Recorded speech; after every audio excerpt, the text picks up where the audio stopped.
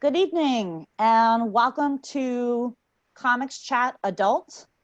Tonight we're going to be talking about our favorite adult graphic novels and comics. We'll be discussing some mature topics and we're really excited to talk about comics.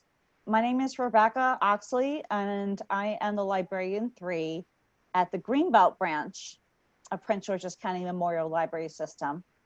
And I've been reading comics just forever.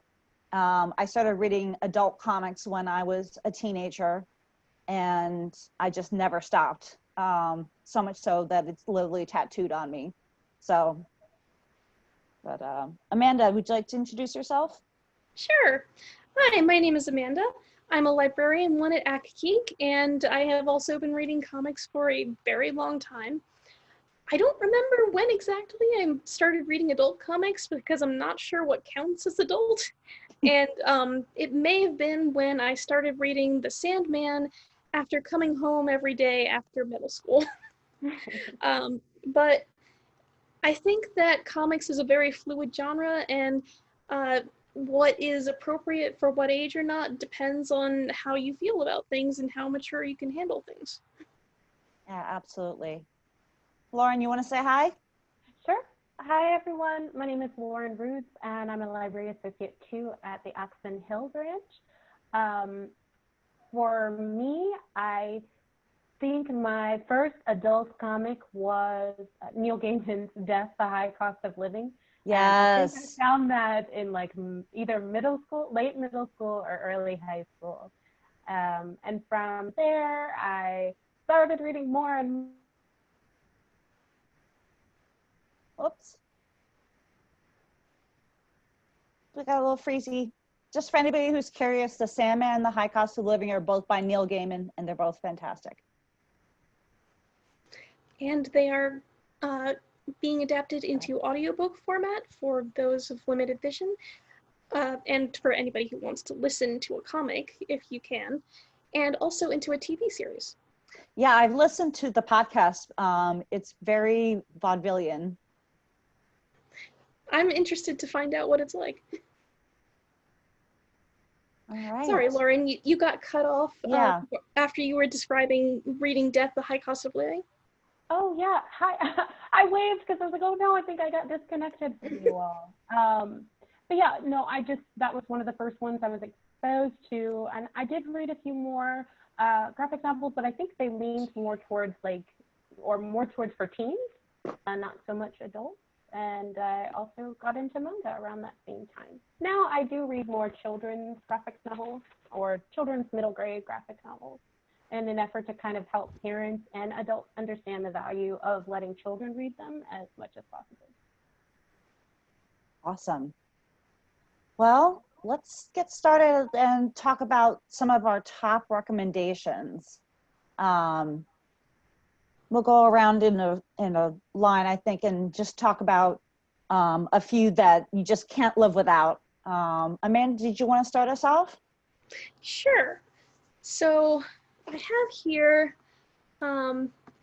it's called FTL, y'all, Tales from the Age of the $200 Warp Drive. And it is a sci-fi anthology. The basic premise is that someone uploads a schematic for a warp drive that will let you travel into space on the internet for extremely cheap. And basically what this means is anybody who wants to go to space can. And it starts really a diaspora of people from Earth into the cosmos. And the authors all have various takes on what that might mean. Some people have stories that focused on sci-fi aspects, like strange physics in other places, or the biodiversity of other planets, or alien cultures if there's intelligent life. Some stories focus on social aspects, like what people are running from that they want to leave Earth so badly, and what happens with the people who are left behind. Are they supposed to work towards a better world here, or does everybody have to go out?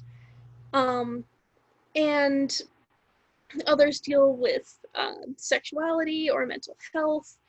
And there's an entire range of tones, from funny to spooky to sad to uplifting. And what I really enjoy about this is that even if you don't like a story, there's going to be another one in a few pages, which you're probably going to like more. And there's a whole lot more diversity in this book than in a lot of hard sci-fi. Nice. Lauren, what is your top graphic novel that you cannot live without? Well, I had to, but I think I'll share one in particular. Let me see if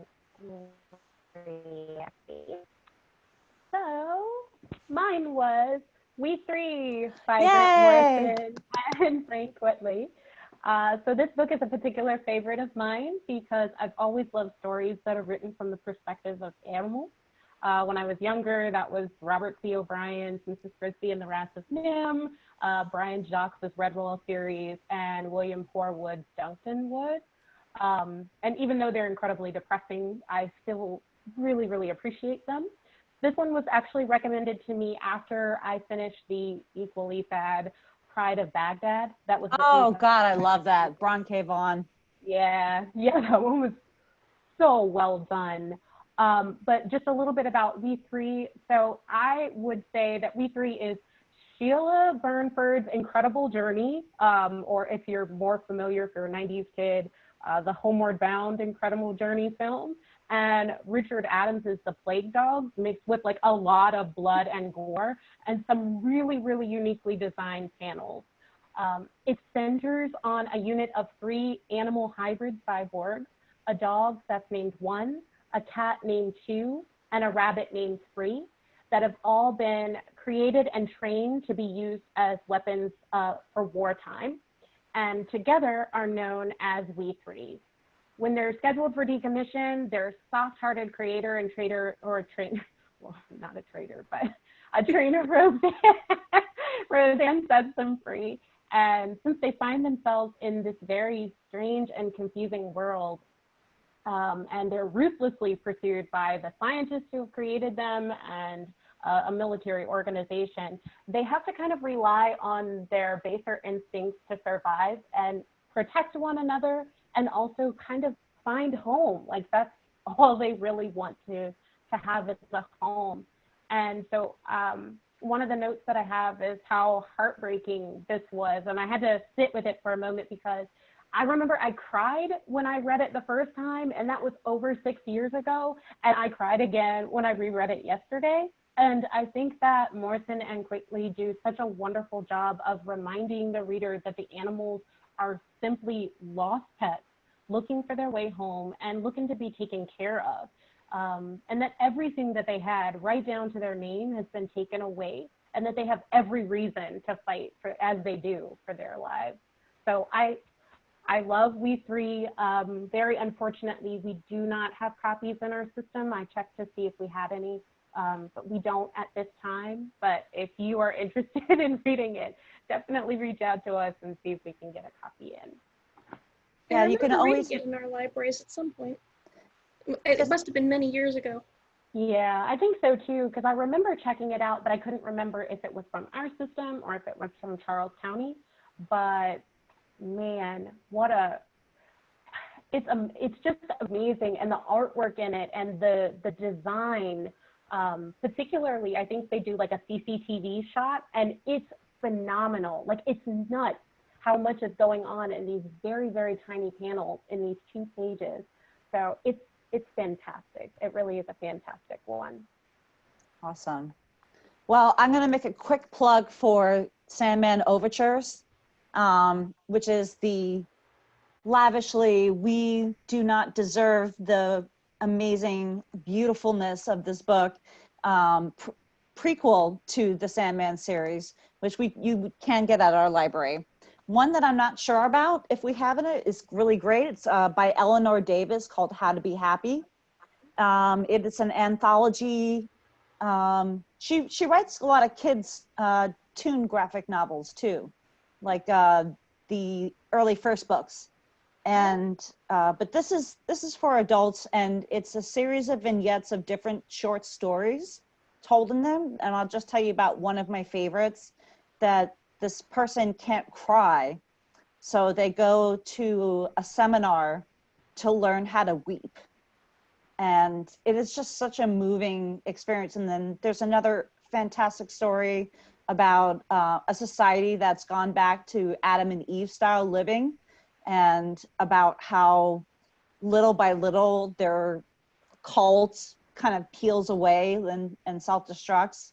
And then one other story that I absolutely love is about this woman who lives in a, it doesn't seem like a far-flung future. Unfortunately, the climate change has made it so that people can't exist without suits.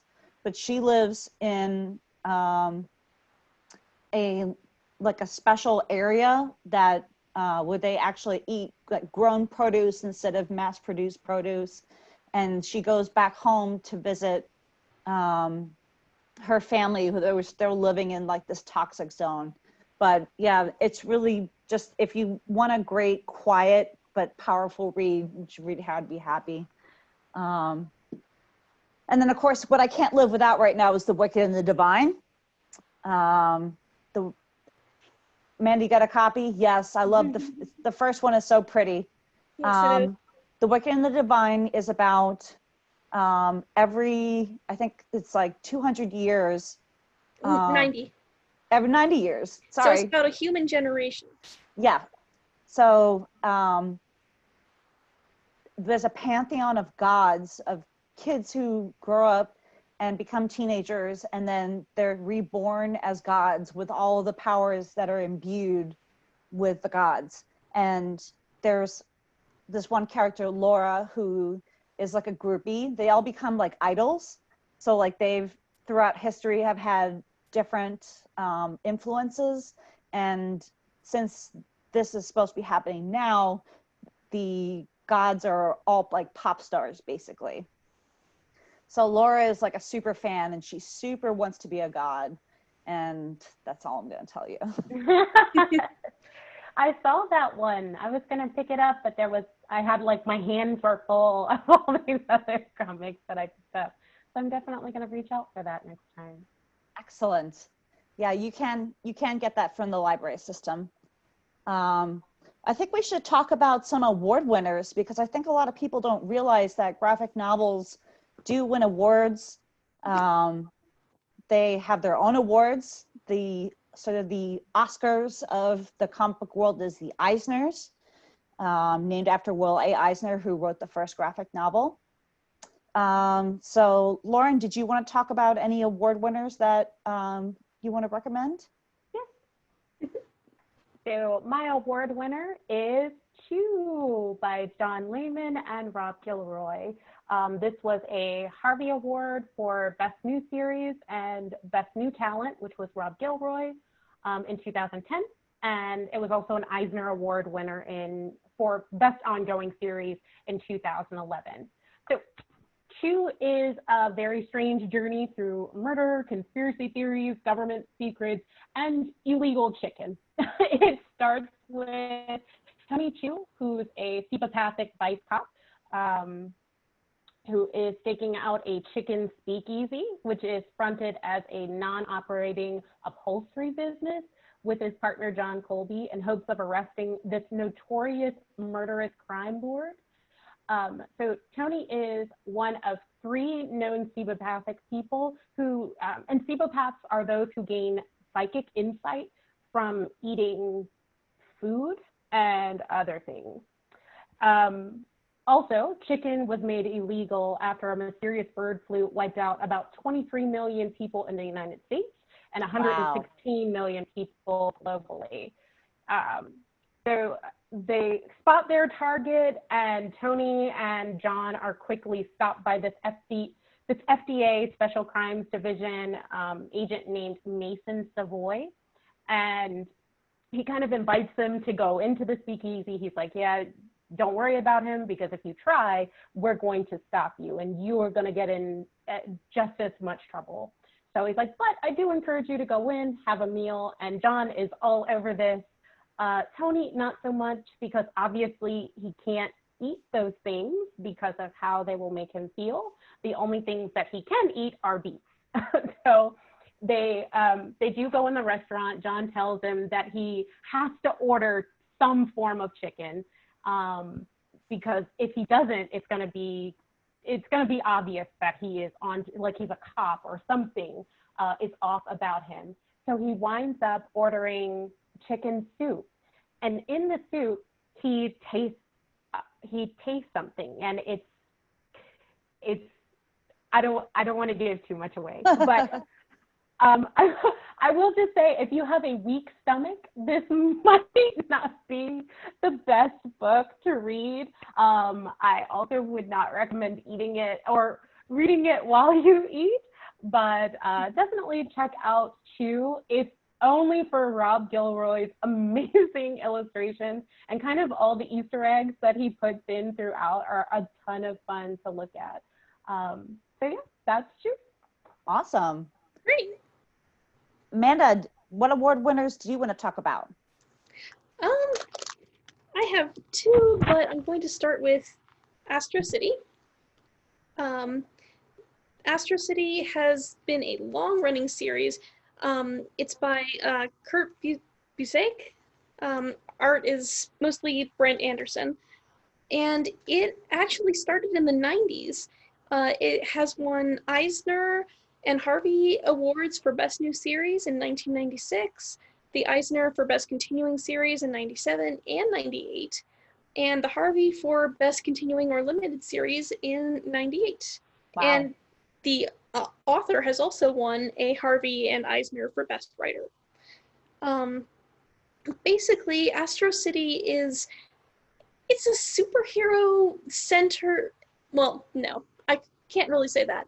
It's about superheroes. However, it's unique for a superhero series in that it's generally about the people who are around superheroes more, like the people who work in the hero hotline call center, or playing a superhero on a TV show where it's a minor plot in a sitcom, or an ex-supervillain who has actually spent time in jail and is now looking at the crime in his neighborhood, or the attorney who thought up the defense for his client of, well, it happens when superheroes take on these cases. Why couldn't it happen for this random, ordinary crime case?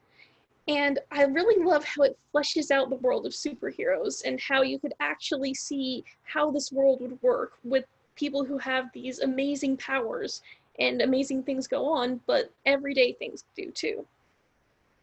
Cool.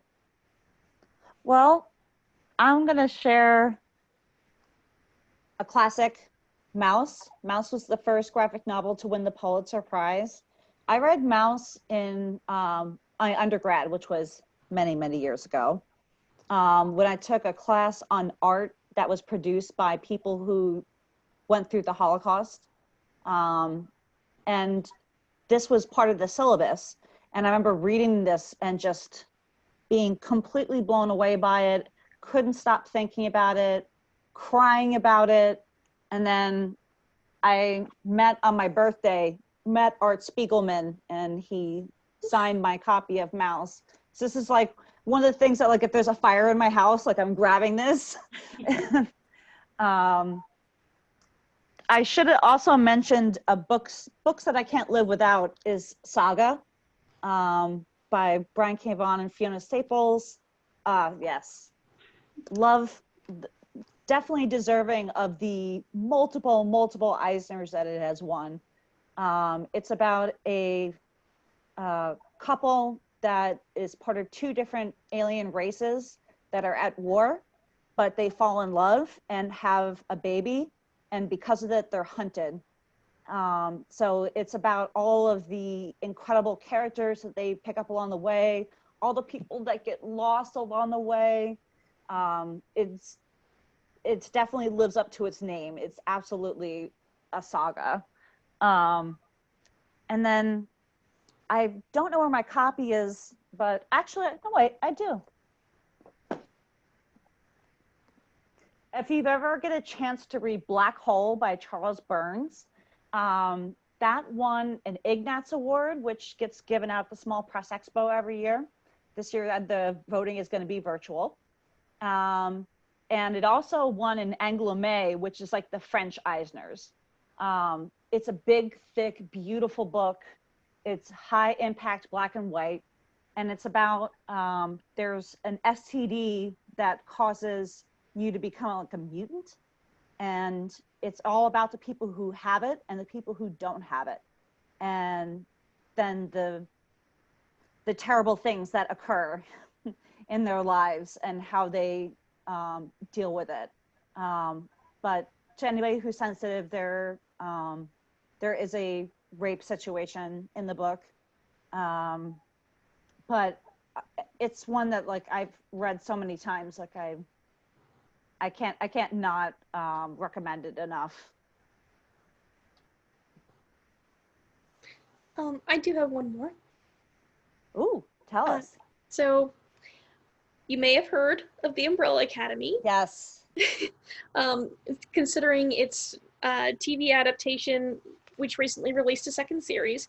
But I got started on the comic book by Gerard Way and Gabriel Ba that actually started in the 07 year, I think. It did win an Eisner in 2008 for Best Finite Series or Limited Series, which is appropriate considering there were 10 years between Volume 2 and 3. Wow. And we'll do comparisons between the comic and the TV series another time, but basically a number of children are spontaneously born around the world, collected by Reginald Hargreaves, an eccentric billionaire, and taught to fight crime for his own purposes. But things aren't really as rosy as they seem to be in other superhero origin stories, and the family falls apart until one of their members shows up at the funeral of their father, and they have to save the world. It's got an interesting 50s aesthetic and some subtle but bizarre differences from our world, and it makes for a really interesting read.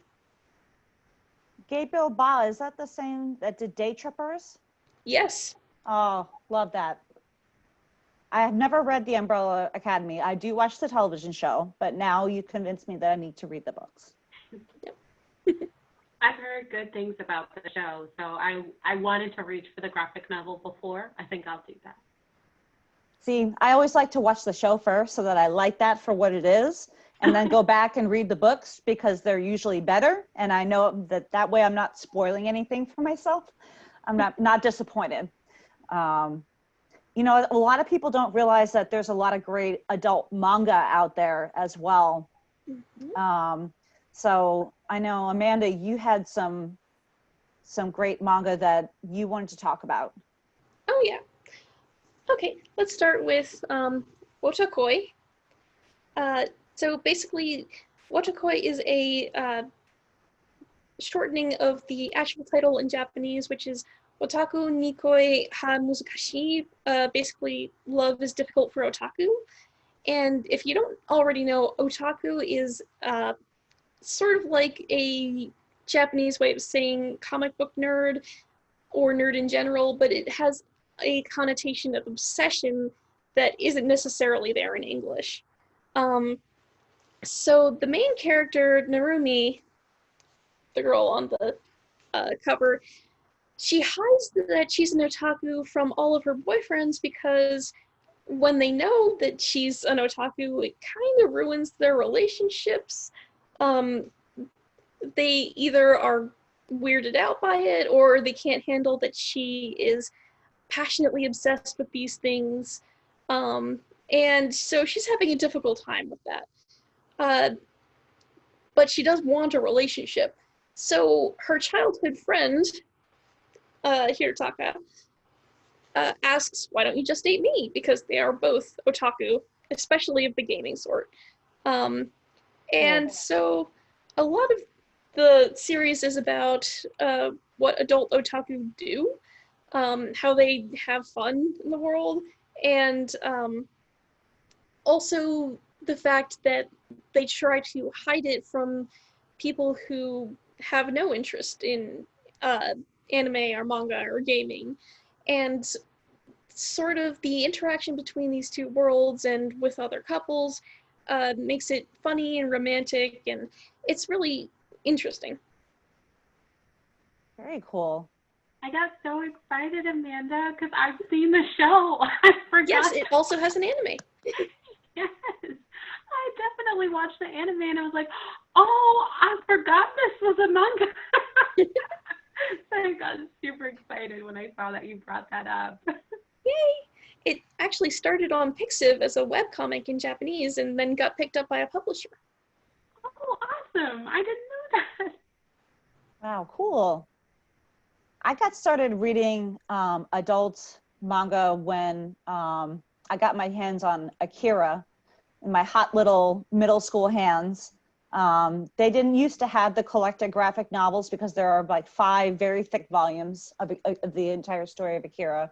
It goes far, far beyond and deeper than the anime ever could or would. And the anime is fantastic. I've seen it like 75 times. It's one of my favorite movies.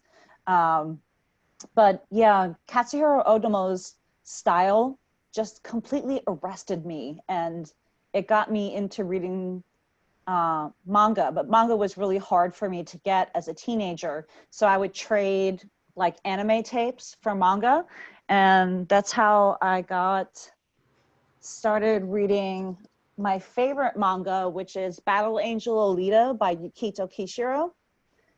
It was recently made into a live action slash, I forget what they call that special animation.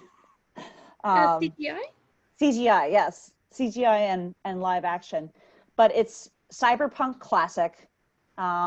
It's about a world called the Scrapyard.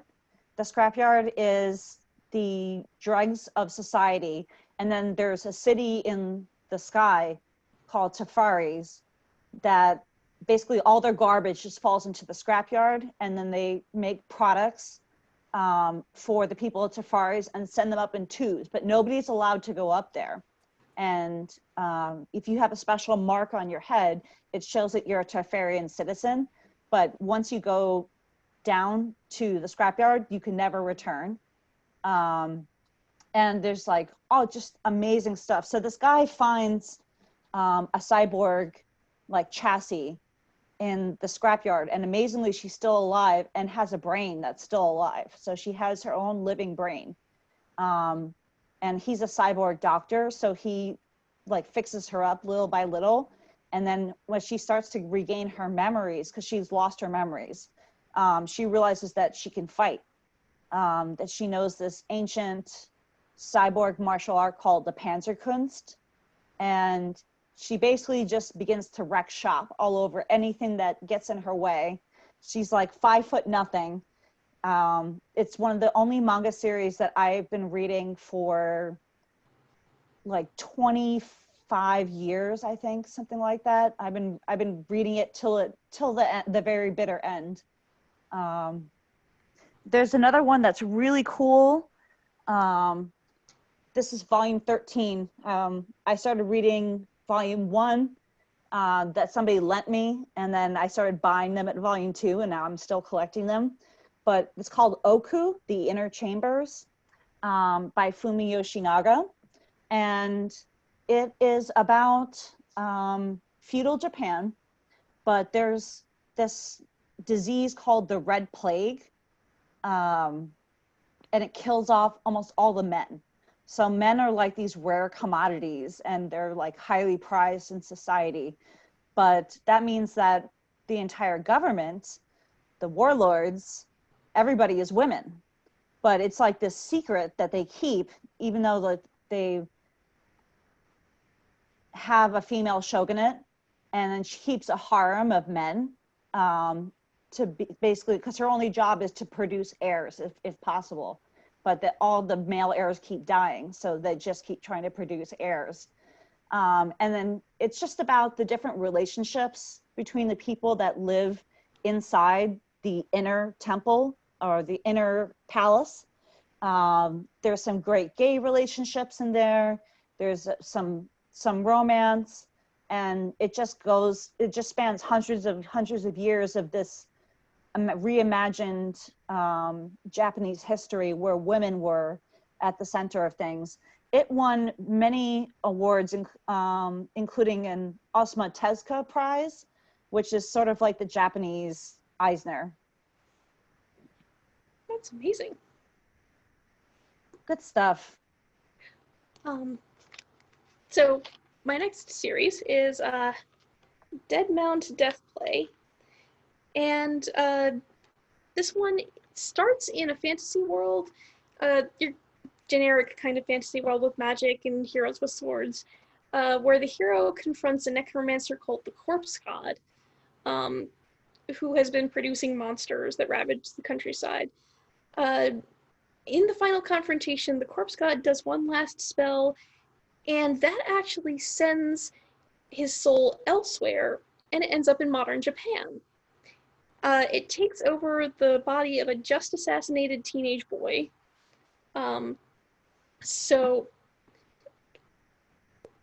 He still has all of his necromancer powers, but all he wants to do is get by as usual, if possible as a human. But the people who wanted the boy assassinated are still after him. So there's a whole murder mystery going on. Why did somebody want him dead? But things keep happening that aren't quite usual, and they start to suspect there might be other magic users in Japan, which shouldn't be possible since a lot of this world is exactly the same as modern day. So I think it's a really fun, interesting novel, but it's got a lot of violence and nudity, so warning for that. Yeah. Well, one other genre within graphic novels that is my guilty pleasure are graphic biographies and graphic memoirs.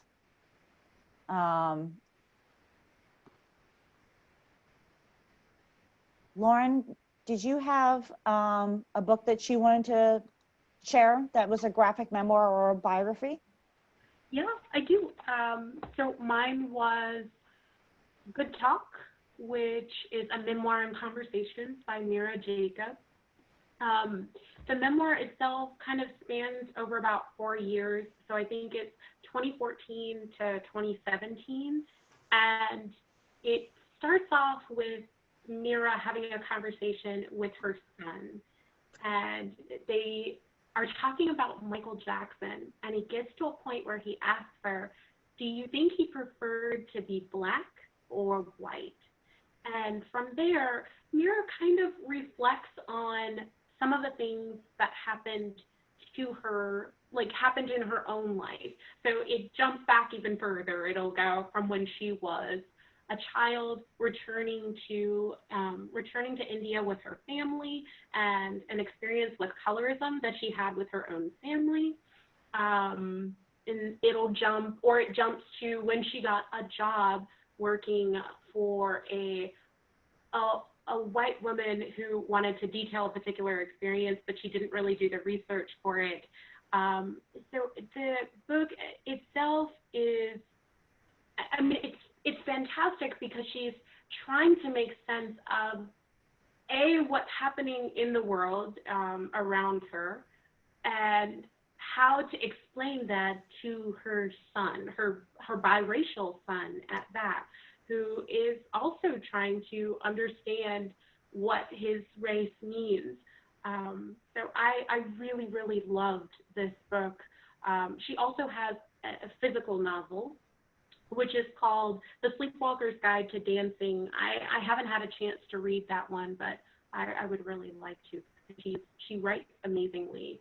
And I kind of like the design of this graphic novel as well, because I think it has like pictures from her actual life, interspersed with the drawings, as well as just like some general artwork well, or some general photography that's mixed with art as well. So it's really cool. It's really a really cool design that she did for this.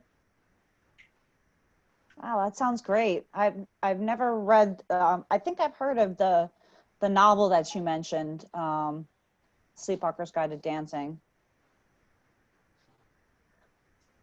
I am a huge proponent of graphic biographies and memoirs.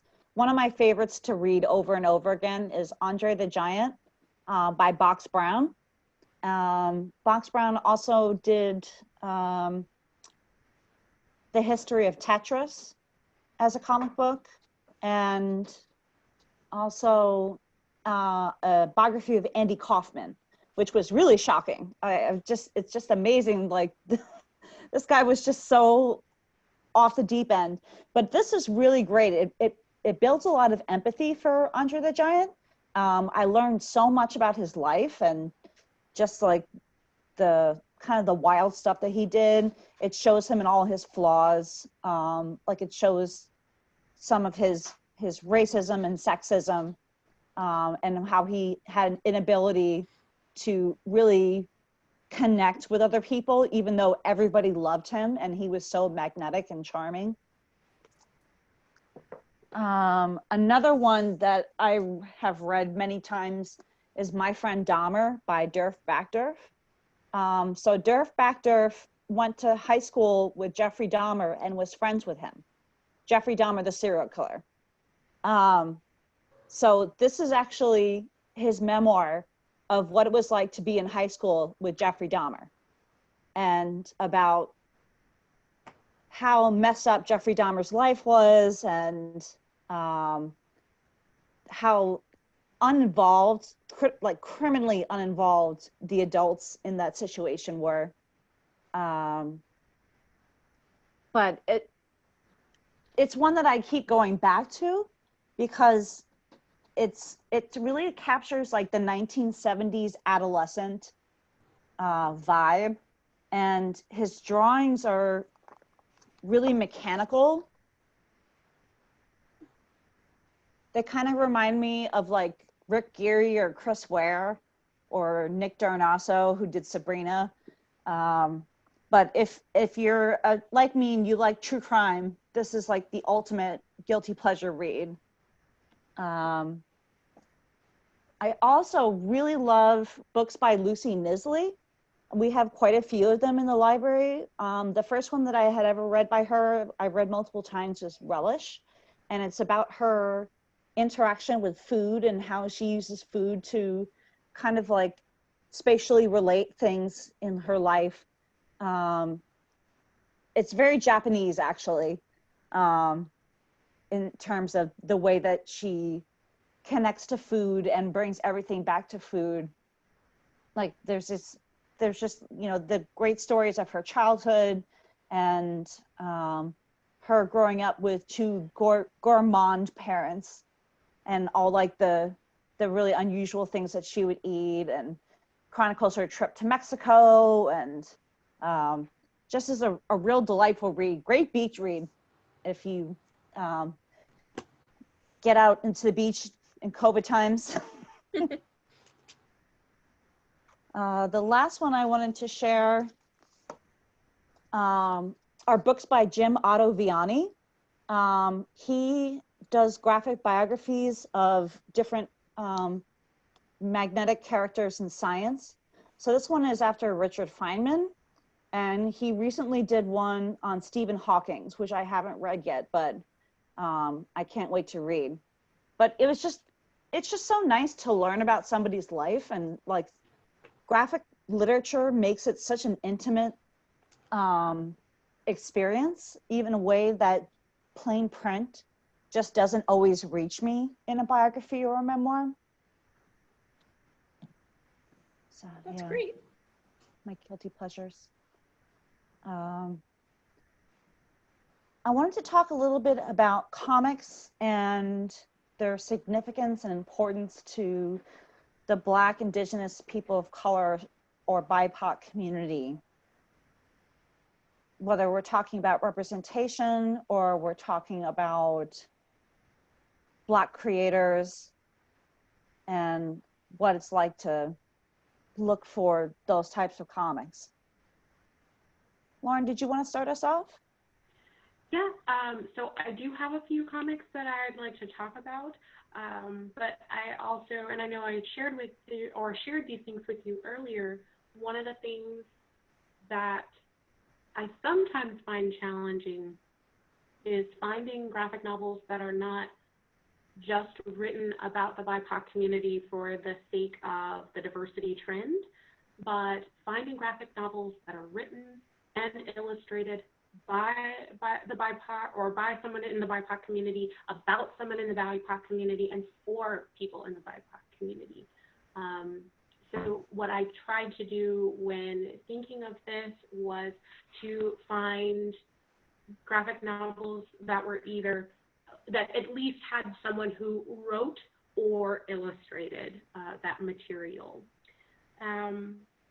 So I'm going to start with, actually it's one that I don't have, but I did talk a little bit about Rob Gilroy, and I'm very excited that I got a chance to read his latest graphic, which is Farmhand.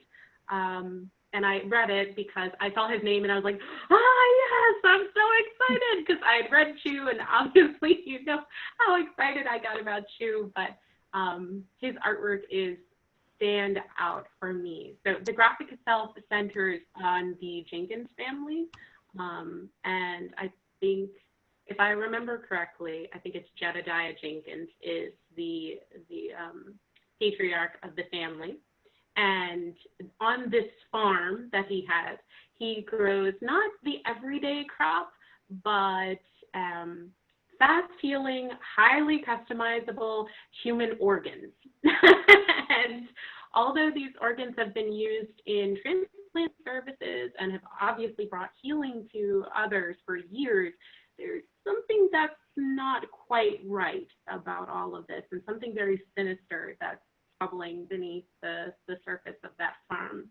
And so it really touches on kind of like the politics of advanced stem cell research, organ transplants, and it also looks at family, organic versus genetic modifications, which we also find in Chew, and just, it's Rob Gilroy. He is a master of humor, of artistry, of those Easter eggs. There's a fringe Easter egg in this, and I screamed because I was so excited. And he is a knack for creating some very grotesquely adorable creatures. And the one in this is named Gumbo. He's absolutely adorable. And it's actually currently being made into a television series, from what I understand. And one thing that I also love about books and graphic novels is if there is music to go along with it, and this graphic novel does have its own soundtrack, which is available at skyspeak.com, and you can listen to it for free if you want, and if you wanted to download it, you get to choose your price for that. Issue 1 of Farmhand is actually available on Rob Gilroy's website, as well as Chew if you aren't able to secure a copy through the library.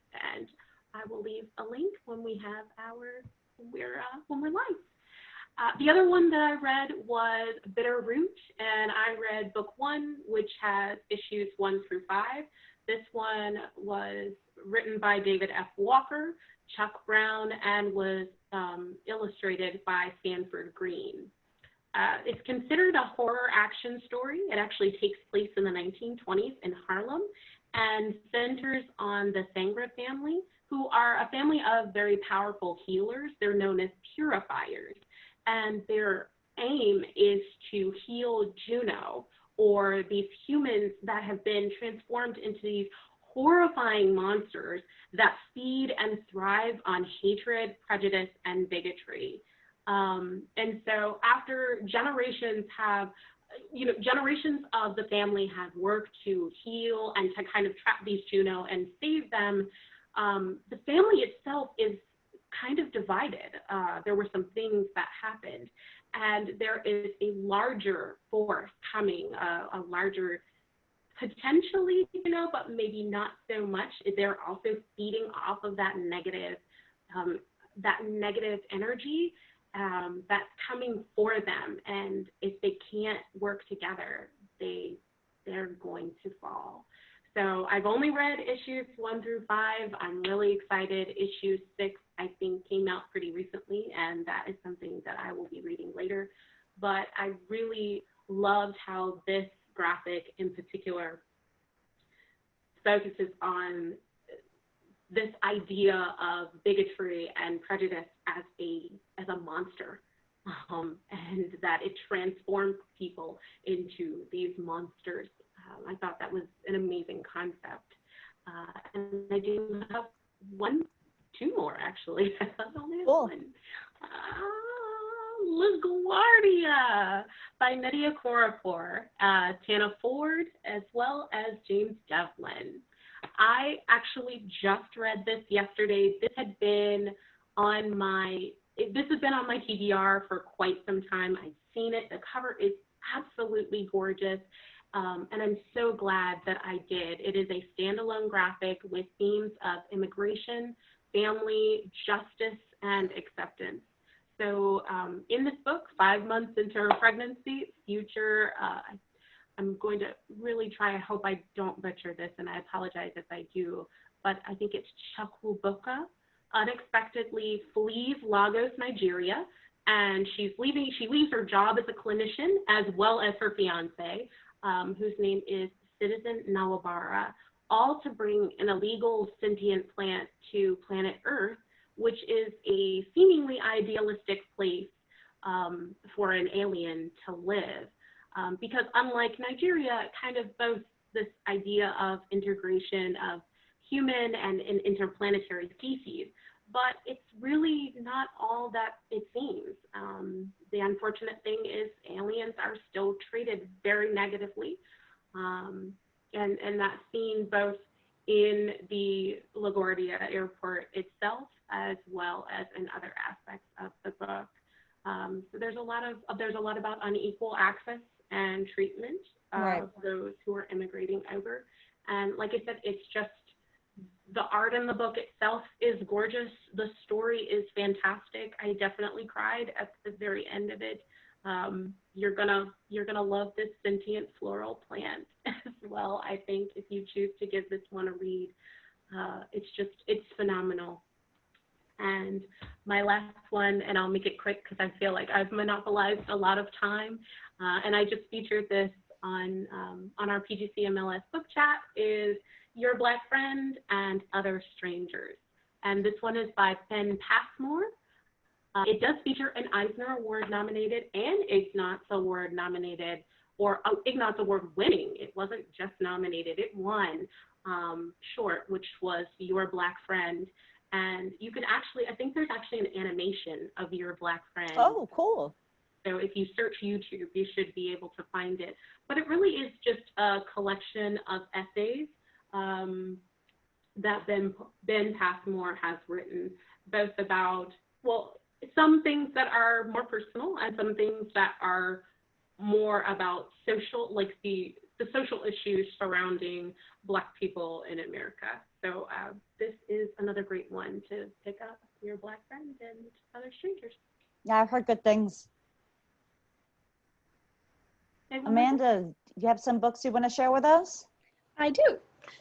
We're going to start off with a pair of books, Black and Black AF, America's Sweetheart. And I didn't find this out until after reading it, but apparently Black comes from a Kickstarter in 2016 that was very well funded and is completely written by a cast of Black people. Written and drawn, I should say. And the premise is that superpowers exist, superpowers are real, but only Black people have them. It's not strictly limited by melanin. There's an albino Black character and some light-skinned characters that also have powers. And it's also not every single Black person, but a small percentage, maybe 1 or 2%. It seems to be setting up sort of X-Men style world, because there are a whole lot of people with powers, and the powers vary greatly depending on who they are and what they use them for. One character has powers that involve beatboxing, another can adapt to anything, another can travel in shadow, all sorts of things. And white people know about this, some of them at least, and a lot of history has been structured to control and use Black people. So that's the sort of the central conflict, is not just that they have to defeat this conspiracy of people who are using Black bodies for their own purposes, but what exactly that action, what form that action should take by all the protagonist characters. And I feel like this is a great world. It was a little too much for a first volume that didn't spend a lot of time introducing people, and the plot went by really quickly, but it was certainly very interesting, so I picked up the second book. And Black AF, I think, does better in that it focuses mainly on one character who, after, well, spoilers, the existence of all Black superpowered people is revealed to the world. And so they end up facing a lot of consequences for that, as far as people attacking Black people, both powered and non-powered, casualties, and all sorts of public image stuff. But this girl, the main character, Eli, she has grown up happy and loved in a white family. And she wants to sort of rehabilitate the image of the superpowered Black people. And so she decides to go out and do good. It works fairly well for a while. And then we get into difficulties with how the public perceives her, whether she's picking favorites as far as who she helps, whether she can really trust the institution who is helping her, and sort of the difficulty of being in a comfortable place versus fighting systematic oppression. And I think that this world that they've started is really good, and there's another book not quite done yet, but supposed to come out in 2021 that continues the saga. Awesome. I also have God Shaper by Simon Spurrier. And this book is about, basically in 1958, the laws of physics broke. No one really knows why, but things like electricity and ignition just don't work anymore. Oh, wow. Instead, everybody has their own personal god. And their god not only functions to have powers, like some of them do photography, some of them do refrigeration, some of them provide transport, but they also function as a way to carry sort of currency they call beads. And so everybody has a different talent, and they use that to get by, but there are some people who don't have gods, and they are viewed with suspicion and discrimination. The main character is N.A., who has actually found a god who does not have a person, which is even more taboo because they're supposed to fade away once their person dies. But they're tolerated very slightly because they're the only ones who can change or rework a god to access more of their power. So it deals a lot with discrimination and the intersection of certain privileges. There's a female army vet who was disabled during a war.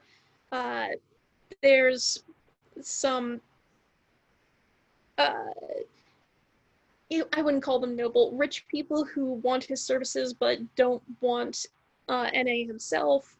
So it's a fun, interesting book. looking at how things are different and some pieces of humanity that stay the same.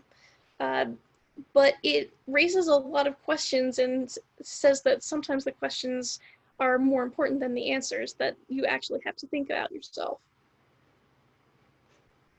Nice. I am so excited for that, Amanda. And once we cut, I'm gonna, I will be putting that one on hold. That sounds fantastic. Same, yeah. Well, I don't have a copy with me, but one that made a big impact on me, I read this book, I don't know, probably 10 years ago, but it's called Incognegro by Matt Johnson, who is African-American and happens to be light-skinned. So he addresses colorism in his book, Incognegro. The main character is a journalist in the 1930s, and he's light-skinned, so he can pass for white. So he uses that trump card to investigate different crimes. But then his brother is accused of murdering a white woman, and he's afraid that he's going to be lynched because that's like his main journalistic target is to uncover the atrocity of lynching and expose lynchers for who they are. And so he's afraid that his brother is going to be lynched, and so he launches his own investigation to go after it. It's very noir, but that one just made a great impact on me. I have a cool story about a book called The Silence of Our Friends. It's by Mark Long and Jim DeMonakis, but it's illustrated by Nate Powell, who illustrated Congressman Lewis's March graphic novels. And it's about a Black family that moves into a white neighborhood in the 60s. And just like the microaggressions and the uncomfortableness that's going on amidst this backdrop of the civil rights movement. It can get a little hairy, but I convinced my school system that it was perfect for middle schoolers. And so I actually had this in my school library. So one of my students who I could not get him to read, I could not get him to connect with anything. He picks up this book, he reads it, he's so into it that he wanted to interview the authors and the illustrator. And so I connected him with my friend Nate Powell, and you know, I was able to like teach him how to like write an actual professional letter. It was a great chance to like for all kinds of teachable moments to happen. But and this young man happened to be African American. So I always think of that book when I think about the impact and how important representation really is, and that historical fiction can really have a power. Yeah. The last one that I want to briefly just touch on, it's called Bitch Planet. It's by Kelly DeConnick. But one thing that I love about Bitch Planet, besides the fact that the story is just completely my worst nightmare come to life, it's about a future society where there's a prison in space, and any women who are deemed non-compliant are sent to this prison. But the majority of them tend to be in the BIPOC community. And so the protagonists, the majority of the characters are rendered with such naturalism.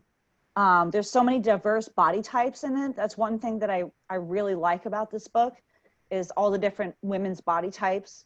There's a lot of nudity, I will warn you, because we're talking about a women's space prison, and there's a lot of violence. But eventually she starts to put together a team of people, and they're going to try to fight for their freedom.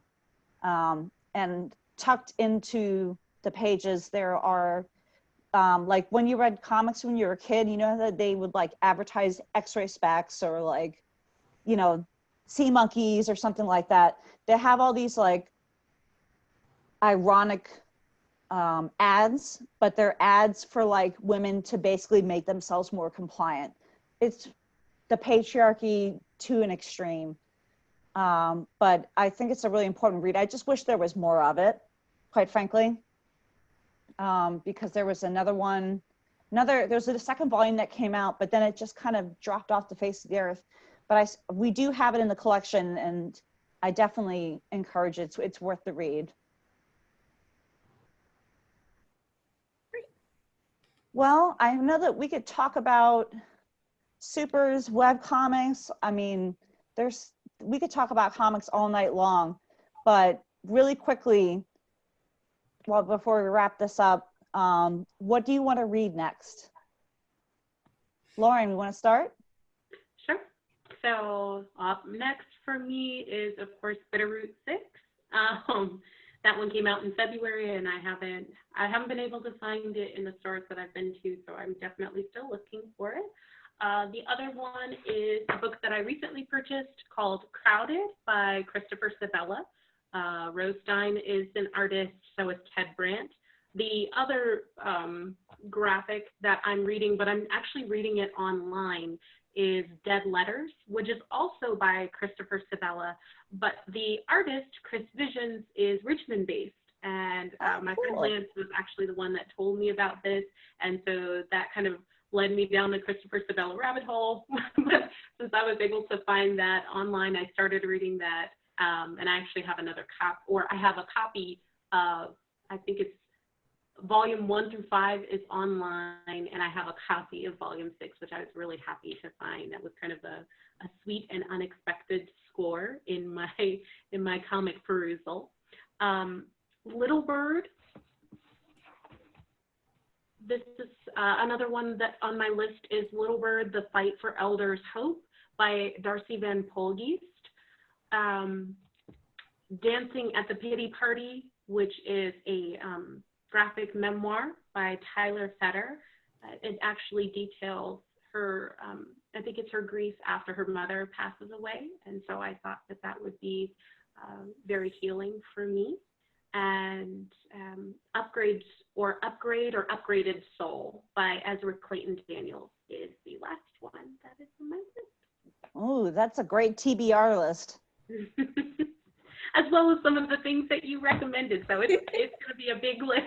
A big pack pretty soon. Yeah, honestly, selfishly, my favorite part about doing these comic chats is getting all the great recommendations from my fellow librarians. For sure. Oh yeah, definitely. Yes, I agree. Amanda, what are you going to read next?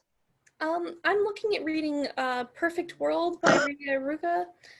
It's a manga where typical plot, a girl, after finishing college, she meets a childhood friend who she had some kind of feelings for when he was on the basketball team. But she meets him now, and he is in a wheelchair and working as an architect. And so she's finding out how that happened, what his life is like now. And I think it's the first manga that I've really read, or that I will read, that deals with disability so much. And I'm really interested in how they weave that together with a love story. Awesome. Sounds good. I too have a manga that I've been wanting to read. It's called My Brother's Husband by Gengaro Togame.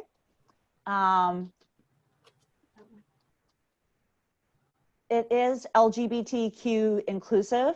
It's about this guy who, from Japan. He moves to Canada. He falls in love and gets married, and then unfortunately he's killed. And so his Canadian widower goes to live with the family in Japan. That's all I know about it, and I'm just like, okay, I want to find out more. The other one I really, really want to read is Hot Comb by Ebony Flowers, which just won an Eisner for Best Short Story. So that's just been on my gotta read it list. Ladies, I want to say thank you so much. It's been an absolute pleasure discussing comics with you, and I can't wait to talk about more. Absolutely. We should do this again. Yeah, for sure. Thank you so much. Thank you, everybody. Have a good great night.